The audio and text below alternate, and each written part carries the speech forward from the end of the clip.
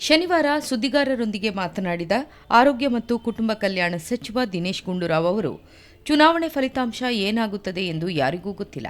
ಯಾರು ಗೆಲ್ಲುತ್ತಾರೆ ಎಂದು ಈಗಲೇ ಹೇಳಲು ನಾನು ಜ್ಯೋತಿಷಿಯಲ್ಲ ಎಂದರು. ಸಚಿವ ಜಮೀರ್ ಅಹ್ಮದ್ ಖಾನ್ ಅವರನ್ನ ಸಚಿವ ಸ್ಥಾನದಿಂದ ಇಳಿಸುವುದು ಕೇವಲ ಊಹಾಪೋಹ. ಅವರು ಪಕ್ಷದ ಹಿರಿಯ ಮುಖಂಡರು, ಪಕ್ಷಕ್ಕೆ ಪ್ರಾಮಾಣಿಕವಾಗಿ ದುಡಿಯುತ್ತಿದ್ದಾರೆ. ಆದರೆ ಕೆಲವರು ಅದಕ್ಕೆ ಬಣ್ಣ ಕಟ್ಟಲು ಹೊರಟಿರಬಹುದು.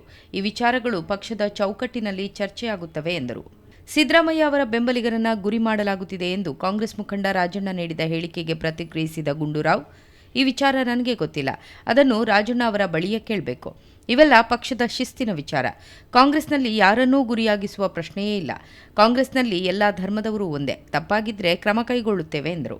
ಜಮೀರ್ ಅಹ್ಮದ್ ಅವರು ನಮ್ಮ ಒಂದು ಪಕ್ಷದ ಒಬ್ಬ ಹಿರಿಯ ಮುಖಂಡ ಮತ್ತು ಒಬ್ಬ ಪ್ರಾಮಾಣಿಕವಾಗಿ ಪಕ್ಷಕ್ಕೋಸ್ಕರ ಕೆಲಸ ಮಾಡ್ತಾ ಇದ್ದಾರೆ. ಒಬ್ಬ ಜನಪ್ರಿಯ ನಾಯಕ. ಅದನ್ನು ಈ ಕೆಲವರು ಏನೇನೋ ಅದಕ್ಕೆ ಬಣ್ಣ ಕಟ್ಟೋದಕ್ಕೆ ಹೊರಟಿರ್ಬೋದೇ ಹೊರತು ನನಗನ್ಸುತ್ತೆ ಇಂಥ ವಿಚಾರಗಳೆಲ್ಲ ಪಕ್ಷದ ಚೌಕಟ್ಟಿನಲ್ಲಿ ಚರ್ಚೆ ಆಗ್ತದೆ. ನೀವು ರಾಜಣ್ಣವ್ರು ಏನು ಹೇಳಿದ್ದಾರೆ, ನೀವು ರಾಜಣ್ಣವ್ರಿಗೆ ಕೇಳಬೇಕು. ನಾನು ಅದಕ್ಕೆಲ್ಲ ಉತ್ತರ ಕೊಡೋಕ್ಕಾಗೋದಿಲ್ಲ. ನಾನು ಹೇಳುವಂಥದ್ದು ಇದು ಪಕ್ಷದ ಒಂದು ಶಿಸ್ತಿನ ವಿಚಾರ. ಪಕ್ಷದ ತೀರ್ಮಾನ ಮಾಡ್ಕೊಳ್ತಾರೆ. ಯಾಕೆಂದರೆ ಇದರಲ್ಲಿ ಯಾವುದೇ ಒಂದು ಸಮುದಾಯ, ಯಾಕೆಂದರೆ ನಮಗೆ ಆ ಥರ ಯಾರನ್ನು ಕೂಡ ಟಾರ್ಗೆಟ್ ಮಾಡುವಂಥ ಪ್ರಶ್ನೆ ಬರೋದೇ ಇಲ್ಲ. ನಮಗೆಲ್ಲರೂ ಒಂದೇ.